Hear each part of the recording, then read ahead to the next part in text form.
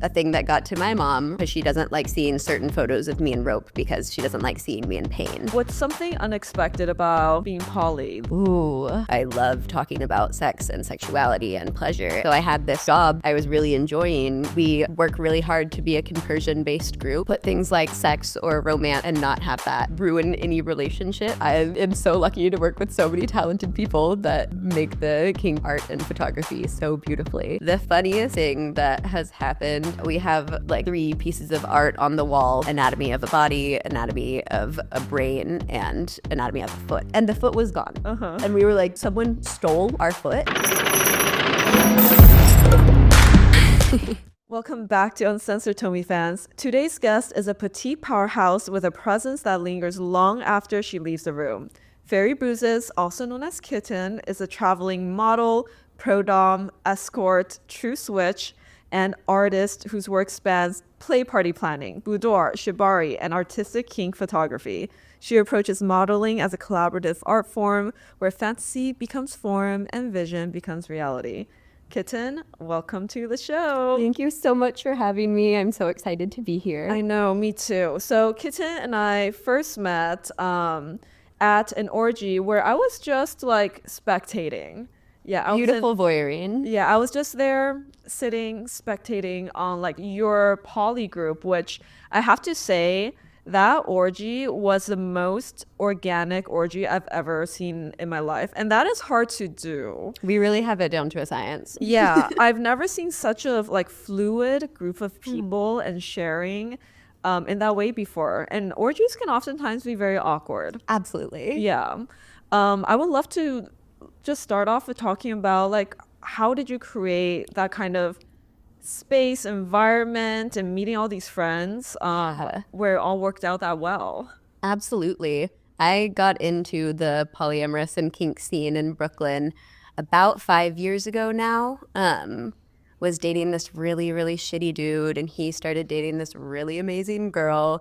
And then the amazing girl and I, Monster, started dating, and we ditched that dude. And she introduced me to her beautiful community, many of whom I'm still like friends and lovers with. And it's just flown from there. We work really hard to be a conversion-based group so that we can all support each other and play with each other, and also be able to put things like sex or romance on and off the table and not have that like ruin any relationships. So I think the like shared commitment to valuing the kind of family nature of it makes it so when we do decide to orgy and play, it flows so nicely and people are really comfortable saying exactly what they want and exactly what they don't want. So safety is definitely a key element to people's comfort too. Yeah. What's something unexpected about being poly that the regular sort of vanilla person wouldn't expect? Ooh. See, it's a struggle for me because I've always been this way, and I am like, what is monogamy? Like, what would surprise these people? I think just in general, the fact that like, I don't know, on a given Tuesday, I'm hanging out with my ex and like her partner, and then my partner arrives and I'm like, oh, you gotta get with this person, and everyone's chill. Everyone loves it. Yeah, there's like, I think when it's a really well-oiled poly group, there really isn't that much tension that people would expect. Yeah. I think from the outside, people expect quite a bit of drama, honestly. Absolutely. Because not because of poly, but because monogamy already has a lot of drama. So they assume that it just multiplies with more people. But when it's done well, like as I've seen, yeah, it's really beautiful. Yeah, we sometimes say it's like playing on hard mode. And so if you like really commit to poly, there's a lot of confronting of traumas and emotional stuff that comes up. And those who really want to stick with it tend to do a lot of the emotional labor, at least in my like small community. And so conflict resolution and nonviolent communication, all of those skills people are separately developing, which make it all smoother than you would expect. Yeah.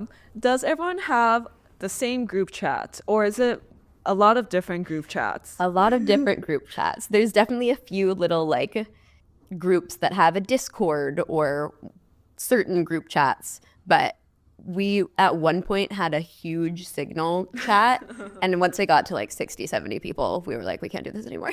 There needs to be branches of it. Exactly. Yeah, and the organization has to be organized. Yeah, and like not everyone needs to come to everything, and that's okay. What is the funniest name of one of the group chats? Oh, If there is a name. goodness.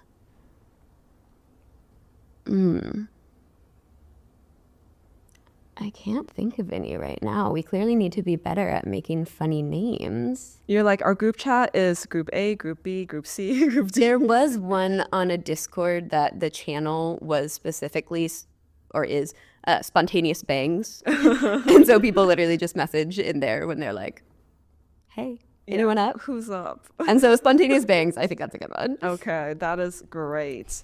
Let's get back to the basics. Why the name Faerie Bruises? Yeah. When I decided to make a kinky Instagram specifically, it literally was the first thing that came to mind. And it suits me so well. When I originally was Faerie Bruises, I was still like strictly a bottom and a really heavy impact bottom, and it was always covered in bruises. And I love magic and little fairies and all of that. So it made sense. And now that I'm also a dom and very, very switchy, it works extra well because Faerie Bruises and Faerie Bruises. Mm-hmm. So it's great. And what does Kitten represent to you? Yes. So Kitten is the name that most people in my New York City life call me. And it was given to me by my ex, Monster, who's now like good friend and lover and great. But we'd only known each other for like less than a month, and she like gave me the honorific, and it just stuck. At first she was like, wait, no, but that's my name for you. I don't want other people calling you that. But it was so just right that she was generous and let other people call me it, and it stuck ever since. Oh, it's adorable. Yeah, when I first met Kitten too, and I saw like how small she was, and I was like, I can definitely throw her around. And Kitten made a lot of sense when I saw you in person. Yeah. You started sex work before graduating business school. What moment prompted you to make that decision to go pro? Absolutely.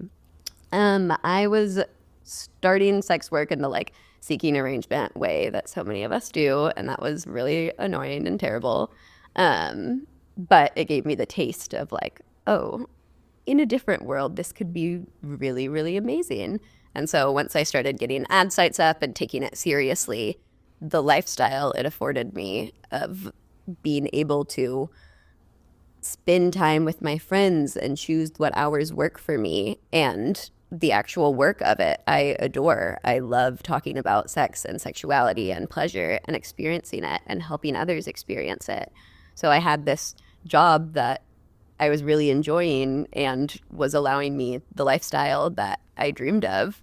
And to like go into consulting full time instead, it was not going to happen. I couldn't do it. I got a taste and was like, I can't do a civvy job. I can't do it. Mm-hmm. And you grew up in like a very conservative space in Oklahoma. Have you been kinky your whole life? When did you realize that in such a like repressed community? Yeah, I was not sexually active until I was like 18 or 19. And my family is liberal, thank goodness. But I was really overly involved in high school and had this mindset of like, I don't have time for any of that. Which, thank God I didn't get into it because I would have gotten nothing done at all.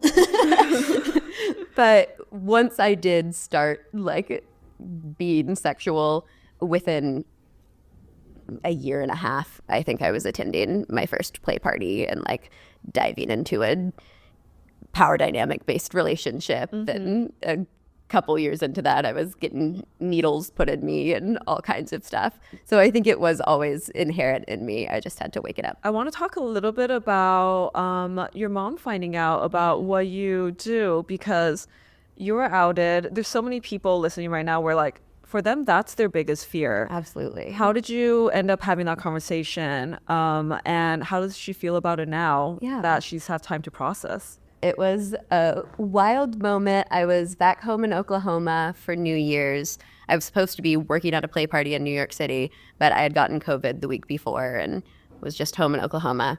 And my parents, the night of New Year's, had like kind of disappeared early, which was really strange to me. I thought we were going to spend New Year's together, whatnot. And at like 2 a.m., my parents call me into their room, and my mom says, "Are there photos of you covered in blood the internet?" And I was like, "We're doing this. All right, let's get into it." And so we talked for like 3 hours. She's a psychologist, and so a lot of her view of like and kink and BDSM, her understanding before that was an assumption that it came from a place of darkness and trauma, which absolutely can be the case with some people and isn't the case for me. And so she brought a lot of that energy to the conversation at first. My dad is very much like, "I just want you to be safe." In that conversation, he looked at me and he goes, "How can I support you if I don't know about it?" And I was like, "Did you talk to your parents about this stuff?" And he was like, "No, I did not." Okay, understood.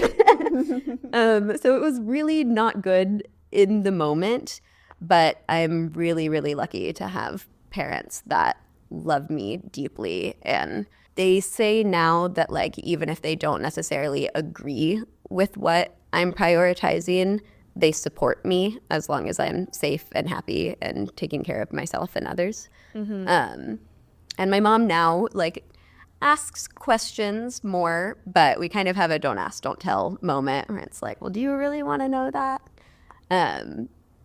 But I feel really lucky to be able to share not everything, but share some things with them and not have to like hide things when they come to my home. They know that there's a cage bed in the basement, and that's that. Yeah, it's very similar to just like, how much do you tell your parents about your regular sex life, right? Yeah. Probably not too much, and the same other way around. And it's very similar to like kink and BDSM, except with the, like added layer of extremes. How did they even come about a picture of you, bloodied and on the internet? I've also like, okay, there are photos of that, but I didn't post them online, so strange. I don't know. They won't tell me who told them. Yeah. Which made me, of course, be sassy and be like, "Well, my community has a better understanding of consent than y'all, clearly."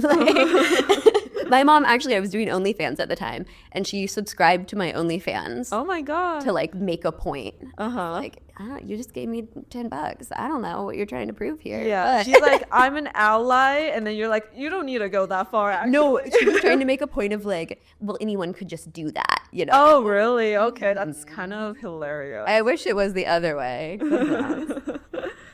What would your advice be for someone who is going through this situation and has to approach this conversation, has to prepare for it? Yeah.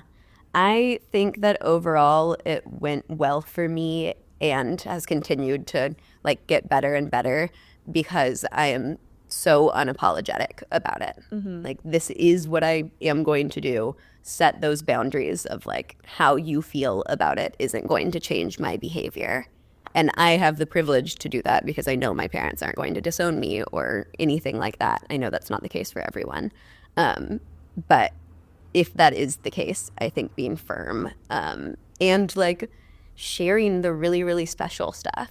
I have a sub who writes me beautiful emails after our scenes. And I have shared them with my mom and been like, "This is changing this guy's life. He is so happy. This isn't coming from a place of trauma. And if it is, that's okay. Like, we all have our coping mechanisms. We all have things that we love that other people are not into." Being like that. And also, fun tips are try to figure out ways that people who aren't in BDSM and kink are masochistic in ways.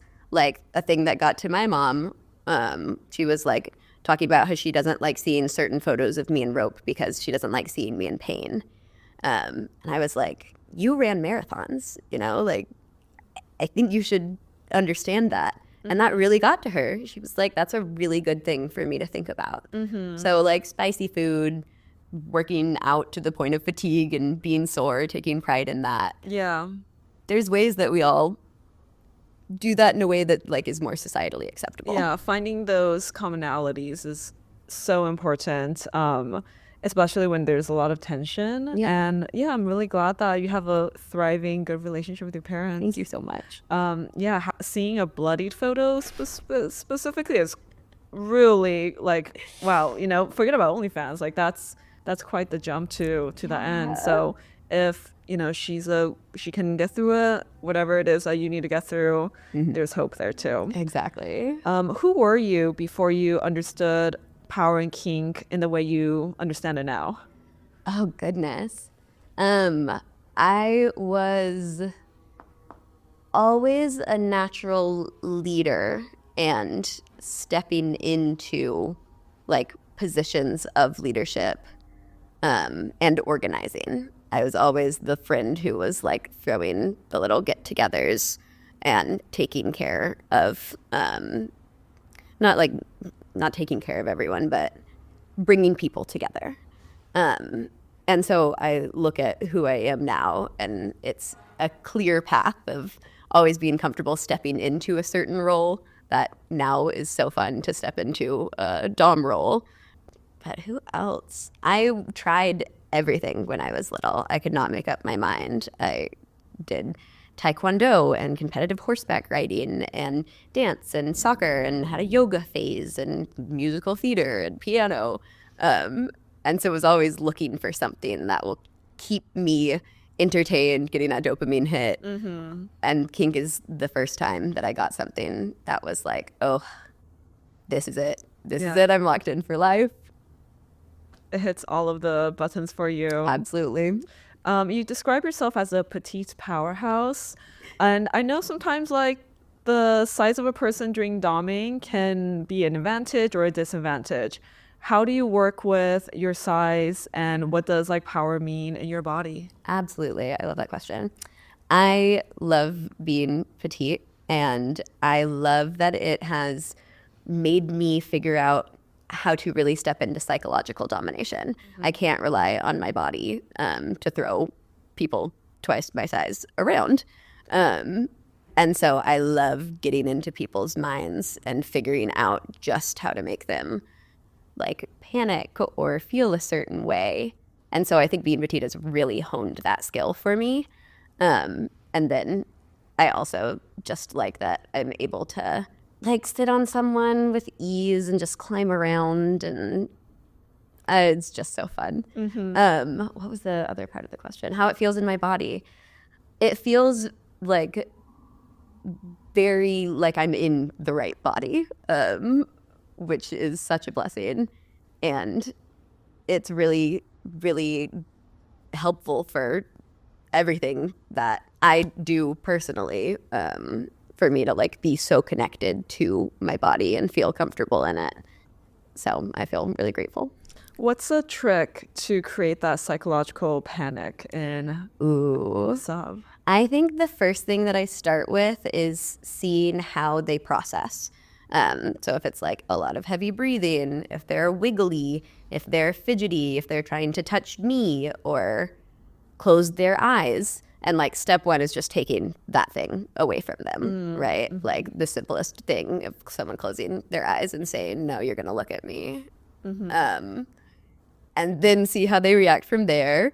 Once you take one away, see what pops up next, take that away. Maybe give the first one back for a little so they think they got it back. Then take that and another one away. I really like mental edging of all forms. And so playing with, the give and take of it all. That's like how to start, and then going from there. There's so many options. Yeah, I love psychological play because it's so accessible to people of like all kinds of bodies, all kinds of abilities. And the mental stimulation of it, it's never the same for every individual. On the topic of size though, I have a friend who's also pretty petite, and she says one of her favorite things to do is, because her fists are small, she can like box the prostate with like both hands. Oh my God, I'm gonna have to try that. Yeah, I heard it's like a lot of fun. That's fantastic. I just had to share that. Adding to the to-do list.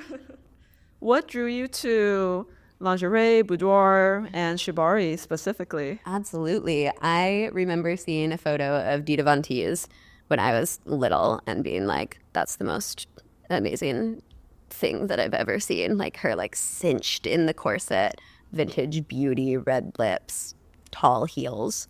And so it was clearly a like early fetish of mine that now I look back on. Like that makes sense.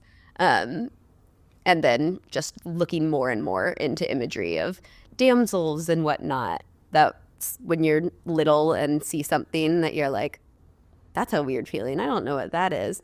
Mine oftentimes had to do with someone like tied up on the train tracks, or like in Hidalgo, the guy is tied to a post at one point and they're threatening to castrate him. And I remember being little, being like, I don't even know what that means, but I know that I'm into this. So it was like a very natural progression for me to know that the aesthetics of rope really landed home with me, and knowing that I like a challenge in my body and connecting with people. So long before I did shibari, I knew that I was going to love it. Mm-hmm. And you also do a lot of photography, and you call it a really creative, collaborative process. What does a great creative collaboration feel like? I think it feels like both of us are exploring a fantasy. And at the end of the shoot, we're exhausted and proud. And it's great, obviously, when the images are great. But I want to feel satisfied at the end of the day, even if we didn't get necessarily what we thought we were going to get. Mm-hmm. That's rarely the case, because I am so lucky to work with so many talented people that make the kink art and photography so beautifully. But I would say that overall. What's one of your favorite, fantasy photography shoots that you've done recently? Ooh, I've been doing a lot of rope photography recently. I've really been enjoying having photographers who haven't shot rope before shoot rope, because everyone has done it so differently. And in the like rope bondage world, I think people tend to shoot in one kind of particular style. And so that's been really fun to play with, and I would love to play with that more. And then another thing is I have a little 35 millimeter point and shoot camera that I try to have with me all of the time, and especially at like kink events and play events.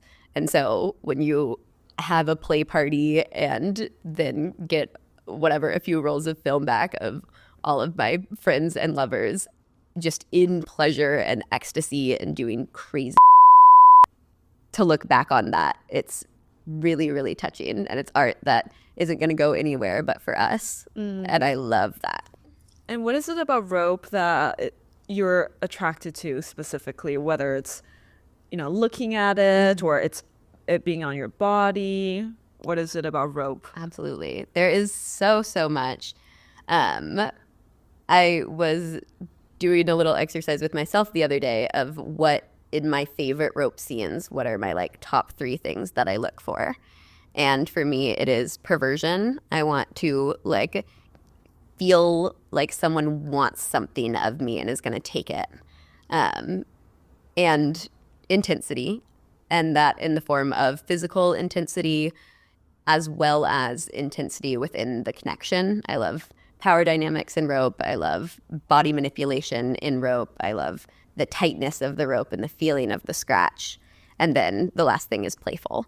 And I think that goes back to the connection element of it. I want to be giggling one moment and crying the next. Mm-hmm. And all of that makes it truly like probably my biggest passion. I feel like the people who are into rope are really into rope. And it's almost like their own little like subculture within the kink space. Yeah. I've known people who are only into rope and like nothing else in like the BDSM realm, which has always been so fascinating for me. Absolutely. You like it so much that you're going on a tour in Asia for all of April to do rope. What are you going to be doing in that month, and what are you most excited for? I'm also going to be in Asia for April too. Oh my God. So maybe we're going to intersect. I want to. That would be great. Yeah, I would love to like see the scene there. Yeah, absolutely. My friend Tamandua is a teacher and performer who's currently living in Berlin. And so he got asked to do a like teaching and performance tour. And I get to come along and get tied and assist in teaching and whatnot. So we'll be in Singapore, Taipei, and Shanghai a week each. And that will be like teaching intensives and doing performances. And exploring the scenes. And then we're going to Tokyo for a week to enjoy and take classes from one of his instructors. Okay, amazing. Are you going to be in Taipei the first week of April by any chance? No, it'll be... Damn it. Okay. Dig it. Yeah. We're not going to see each other. Yeah. Well, if you have any suggestions for like BDSM stuff, please let me know because Yeah. I've never explored the scene there actually. Because it just it's like so close to home for me. Yeah. So I've never explored it, but I think like I'm ready for it now. That's exciting. And so I really want to see all of that. I would love to hear about one of your favorite rope scenes. Like paint the picture. How did the room look like? Yeah. And this can be you topping or bottoming. What was the configuration of the rope? What kinds of like stuff did you do to the person? What was done to you, and how did it end? Okay, gentle subs, let's talk about something we all notice, but I only talk about usually behind the paywall. If you want to level up in the bedroom, this is your sign. Popstar Labs makes doctor-formulated volume taste supplement designed to naturally support volume down there and overall bedroom confidence. Ingredients like zinc, bromelain, and L-arginine work together to help you show up stronger when you want to be strong. More volume, more confidence, better finish. It's just 4 pills a day, and the longer you take it, the better the results. Trust me, you're going to want to try this because behind the paywall, sometimes I play around with, how humiliating it can be when it's not at that volume. Go to popstarlabs.com/mxtomie and use code mxtomie for 20% off your first order. Now let's get back to the show. Yeah, that's a great, great question. I do love tying people, but the real monumental, impactful experiences I am usually bottoming for. And one that comes to mind that will literally make me cry, my person that I tie with the most is Sedona Rogue on Instagram. She's amazing. And she and I have been tying together for years now, but have really amped up our friendship and our journey in the last year, and taken it to a beautifully emotional place where she brings out this vulnerability in me that is so, so special. And she's had a photo studio for the last few years, and that's usually where we tie and whatnot. But she had to close it earlier this year. She's moving, getting different rope space.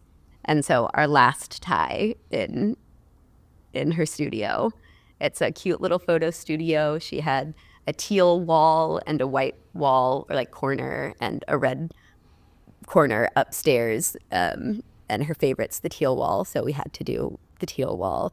And I wore a dress that I know she loves, which is a wrap dress, so she can play with exposure and take it off my shoulders and all of that. And we did ties that we've done the harnesses 100 times before. She knows just where to place the ropes on my body to make it sustainable but challenging.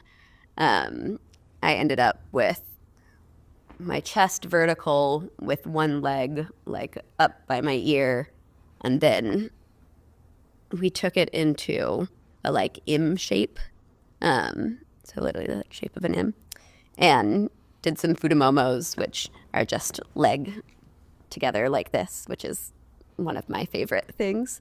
And so we did all kinds of movement and whatnot. She is really good at transitions and keeping it moving and flowing. And by the end of it, I was just sobbing, not in a way of sadness, just in a way of such deep gratitude for her and for the practice and for the safety I feel in it. And she was crying too. It was the last time we were doing it in the studio. It was so special. Yeah. I think goodbye sessions and spaces like really hit home the fact that like some of the best things in life are like ephemeral, and like that's what makes it worth it. Yeah. Like that moment is ephemeral, that studio is ephemeral, and you can hold that memory in your body so closely. I'm tearing up too. I'm like remembering sessions I've had where I'm like, yeah, because so many studios have closed down in the city. It's been a little hard. Yeah, there's been so many like, yeah, there's been so many like beautiful goodbye sessions, and then like we keep going and we keep creating spaces and memories with each other. There's this really beautiful dungeon called Le Misunderstand. Like it was owned by Lucy and Dita, and that was like really the dungeon that I used so much when I was starting, when I went independent, and then when COVID happened, you know, they shut it down. Yeah, I remember they had like a little goodbye party there, where everything's like taken down, and it just like it was like bleach white everywhere, right? Like normal walls, whatever. And I was like, wow, this is like the next person who is going to be in this space is going to have no idea. Like there's been so many crazy memories here, and they've all been so wonderful. You're gonna be like, the energy of this place is crazy. And yeah, they're gonna have like weird dreams there. I'm like, why? They're like, why the fuck am I having the weird fucking dreams there? Yeah, that's so special. Yeah, it is. Speaking of intimacy, how do you create intimacy in front of a camera while keeping your boundaries? Yeah. That's something that I've definitely just gotten better at through the years. I originally got into like having my photo taken because I hated having my photo taken, and was like, I need to get over that. And so had a bunch of photos taken, and they're like, wait, I wasn't good at it. I had to get good at it. And so now it's the development of tapping into what I want to deliver and being able to kind of chase down what emotional direction I want to take. And I think I know myself really, really well in large part because of this community and needing to learn what I wanted and what I didn't want if I want to engage in the intensity that I crave. Yeah. So being able to say when I don't want something and say it in a gentle and loving way where it can just be like, I don't want to do that. Let's keep going. Not a bigger deal that would impact me in a negative way, or like stop the flow of the shoot or whatnot. Yeah. Do you find ever that once there's a camera, you end up leaning into the performance of what the kink and fetish can look like rather than sort of that organic dropping into a moment? Because that's something I think I still kind of struggle with this sometimes, where the moment there's like a whole set, there's a whole camera, it turns into more of a show, even if it's real, than just the one-on-one in a room privacy. Even though like I so deeply want to show like the one-on-one room privacy reality. Yeah. I completely agree with that. I think having a conversation with whoever I'm scening with beforehand where we establish, like, are we scening or are we doing a scene for cameras?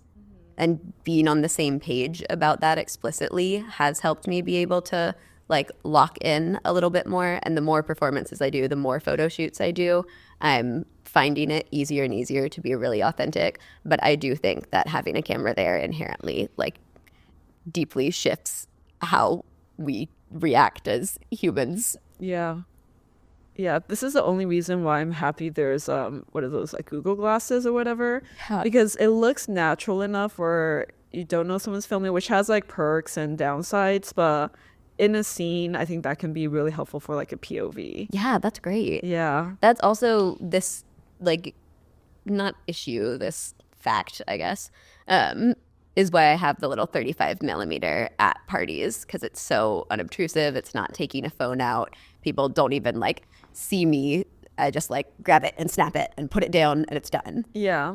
I have a new little camera too. I don't know the name of it, but it has like this. It's really old. It's lo-fi, and the shape of it is not intrusive. And I think people feel a lot safer than iPhones. Yeah, I think it really, really makes a difference. it really, really does. Yeah. What is the biggest misconception about fetish or kink modeling?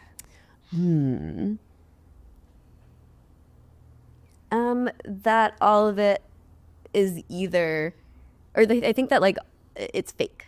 That it's all like staged and whatnot. Yeah. I think it can absolutely be in the ways we've discussed, or it can be staged or whatnot. Yeah, and I think there's upsides and downsides to both, right? Like when it is, even when it's super and you're capturing on camera, when it doesn't have the right angle sometimes, the right lighting, no matter how it is, like you guys could be really feeling it. And on camera, it's like, I don't see shit. Yeah. And you don't even get that feeling. And sometimes when it's really, really, well lit camera stuff, you can clam up a little bit. So I think it really takes a special person with a lot of experience to merge the two and to like create that experience, which is why, there's some really, really successful, performers out here. Well, I mean, yourself, I love your photography. You're Oh my God, clearly thank so you. like good at figuring out concepts that speak to you, and it shows in your Oh my God, work thank you. so much. Yeah, honestly, I think just finding the right photographer and then like shutting off my brain. I'm like, I'm not thinking about it. This is their job. I trust them. That's great. And we just need like one shot that's like really, really good. Since you travel so much, does different cities bring out different versions of you? Ooh, that's a good question. I think that it's more my like New York self that's home versus my like relaxing vacation self that is way more introverted, which I'm never introverted, and more like let's curl up and read a book and like lay outside. And then my like most common travel self, which is like adventure mode, which is like I'm not gonna think about anything that I would think about in New York City. I am just going to like go explore the city, go meet people, go find the rope scene wherever this is and the kink scene wherever this is. So I think there's like three main modes of kitten. When you're traveling, is there a favorite, or are all three like equally interesting parts of you in your opinion? I mean, if I could always be in adventure mode and not have to worry about any of the to-dos and life admin of day to day, that would be absolutely wonderful. But I have to have New York Kitten to enable the other. Yes, exactly. Well, I think like US me is always hustling actually. But when I'm abroad, the energy's different. Everyone's chill, When I was in like Madrid, people are like barely working.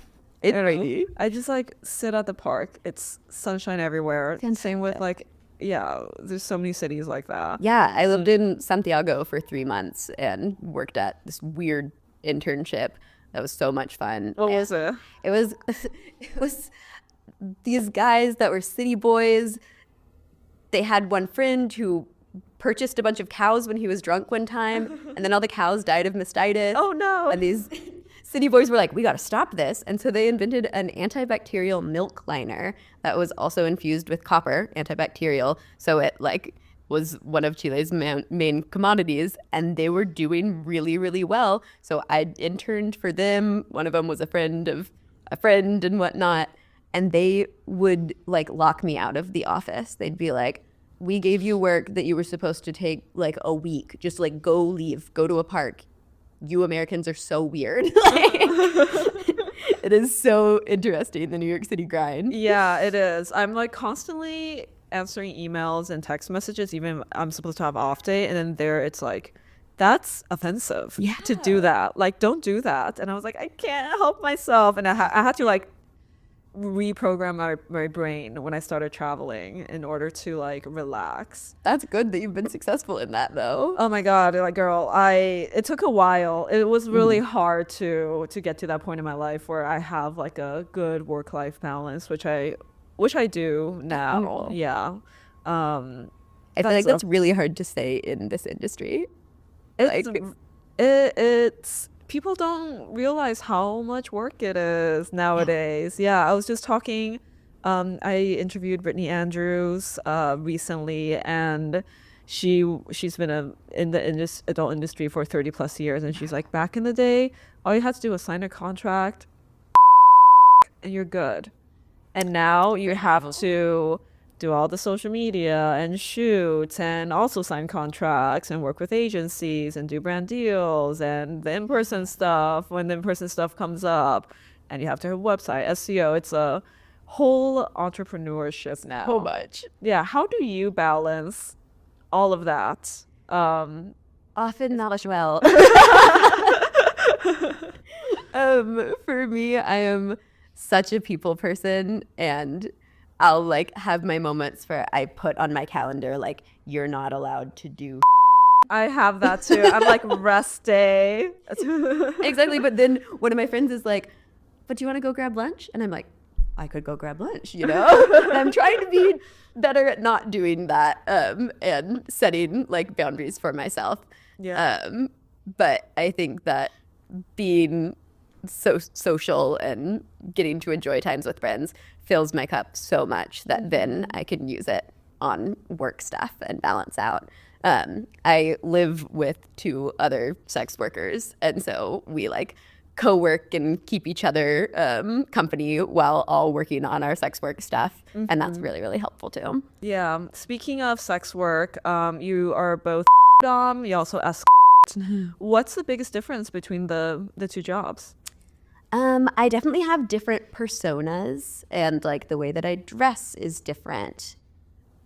But oftentimes they kind of end up being the same work. Like kinky girlfriend experience is definitely like the bread and butter that I really, really enjoy, like sensual domination. And even my very vanilla profile, these guys still find me. But when it is the most different, it is the like, when I am domming, I get to cause people amazing, wonderful amounts of pain that bring me so much joy and bring them so much joy. And I don't get to do that when I escort. Yeah. Do you also ever pro sub? I feel like that's a rarity actually in this industry for women because of how dangerous it could be. Absolutely. I have before, like back when I was first getting started. But when I started pro domming, I was like, oh my God, I can't pro sub anymore. It just like cut it out of me so quickly. Yeah. I think that's also the reason why a lot of people don't pro sub. Yeah, you're just like, I'm having a different experience, and it's very, very satisfying. I think it takes a certain kind of brain to pro sub all the time. Absolutely. I am so impressed by people who can do that. If you are a pro sub, reach out, DM this podcast, because I want to talk to you about what that is all about. On top of everything you're doing, you're also an event planner, and you run one of my favorite dungeons in New York. It is beautiful. There's like custom iron curtains and sconces. Like the lighting's perfect. I love the details of the space because there's like a waiting area. You walk in and like everything down to the door handles are thought through. And it's that level of detail that I know DOMs are running in. What is the day-to-day process of running a dungeon that people don't know about? Yeah. I am so glad that you enjoy the dungeon. It is like so wonderful to be able to have that and share it with people. I am like runner of it with 3 other people, and we are such a good team. I'm so grateful for them. But we divide things by like maintenance, the like emails and individual renters, events, and like finances, legal stuff, and whatnot. So it takes all 4 of us and then like our wonderful maintenance staff to run this stuff to keep it moving. I think that something that probably people don't realize is we have so many people coming in and out that like when something goes wrong, you like gotta have someone on it like right away. Like if the whatever laundry is backed up and suddenly there's not enough towels. That hasn't happened, luckily. But like, then what? You know? And one thing that goes wrong could really like tarnish the reputation of a space. So we work very, very hard to really be on top of our stuff because we don't want any of that to happen. We want everyone to feel like it is their home. Yeah, it's super clean. You guys are always well stocked. One of the reasons I went independent is because the place I started at, I remember I had a knife play session at that location, and then I opened the cabinet. There was no like gauze band-aids. There was nothing. And I got really lucky that all the cuts were light because I can kind of like finagle together some kind of, you know, like makeshift band-aid situation on the sub. I was like, if I went any deeper, if there was any extra, like this would be an incredibly bad situation. And then like literally after that session, I left that dungeon. Like I never went back again. What I really love like the details of running a dungeon. Shayla, who was also on this podcast, she runs a dungeon in Chinatown, and she was talking about like she would find crazy things after. Like she once found like a boot print on the ceiling. Oh my gosh. Has there ever been a moment in this dungeon where you came in, someone else came in, and they're like, what happened in this space? Absolutely. The funniest thing that has happened is that we have like 3 pieces of art on the wall that's like anatomy of a body, anatomy of a brain, and anatomy of a foot. And we were in there one day and the foot was gone. It's like a large, it's like, and the foot was gone. And we were like, did someone stole our foot? What are they going to do with that? They can't take photos with that. We're going to see them. Like, and so we were going to send out an email to our like renters and be like, return the foot, no questions asked. And we didn't even get to because it appeared again. Just randomly? Yeah, someone had remorse and brought the foot back. You like don't know who it was. No. That is so weird. So strange. Yeah. But like grateful for whoever brought it back. Good job. And also suspicious. Like, what did you do to it? Right? Yeah. Did you so curious. Accidentally take it? Like, no way. The wall? Yeah. Yeah, like it's pretty big from what I remember. Wild. It's also one of the cleanest dungeons I've ever been to. Thank you like, so much. and cleanliness is everything to me.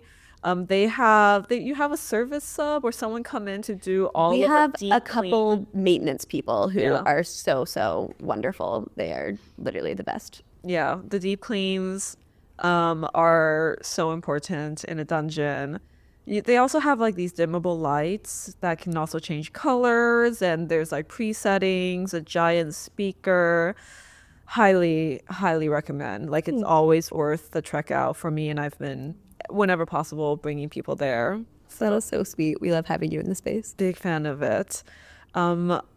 With that said, let's switch to the quick fire section. This will be light questions, answer within like 15 seconds or so. But if it's longer, it's longer. Who cares? Are you ready? Yeah. Okay. Favorite kinks and fetishes right now?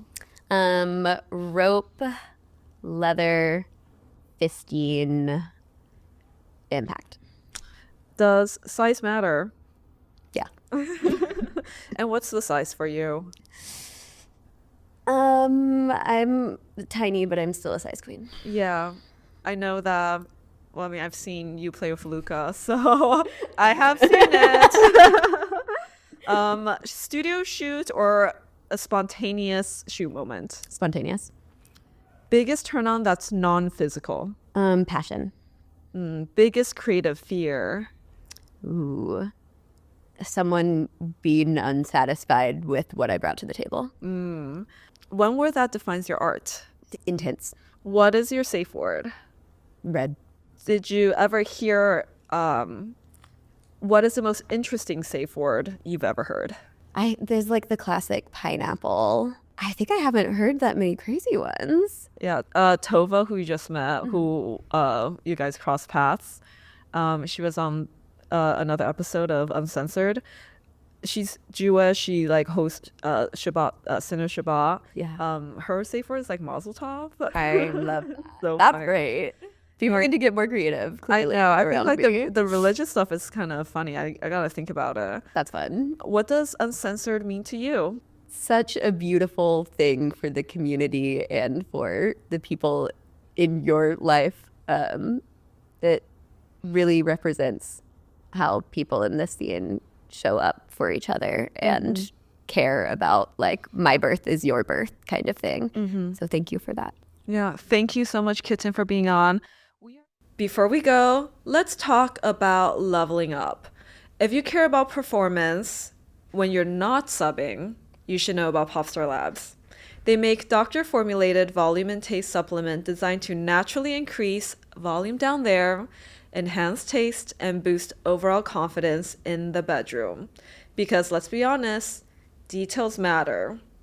It's made in the US with ingredients like zinc, bromelain, and L-arginine, and it's simple. Just 4 capsules a day. The longer you take it, the better the results. And you want to show up stronger, finish stronger, and feel stronger when you're not subbing. That balance is important. And this might be your new secret weapon. Head to popstarlabs.com/Mx Tomie and use code Mx Tomie for 20% off your first order. Trust me, you're going to want to try this. Let's be clear. What you're hearing right now is the edited version. The real conversation, the parts that get censored on this platform that make people uncomfortable, the pauses, and the truths that don't survive on this platform, YouTube, is live on Patreon. That's where I don't have to censor myself. That's where guests stop holding back. That's where you get the full experience. I also do a bunch of BTS videos, me reviewing old podcasts, me commenting on different shows that I've been on. So check it out. If you want access to what you're not supposed to hear, you know where to go. Patreon links in the description. Choose accordingly. Thanks for watching this episode of Uncensored with Mx Tomie. Don't forget to like and subscribe if you're a very good sub. And don't forget to follow me on TikTok, Instagram, Facebook, and Patreon, and all the other apps that I'm on. I'll see you on the next one.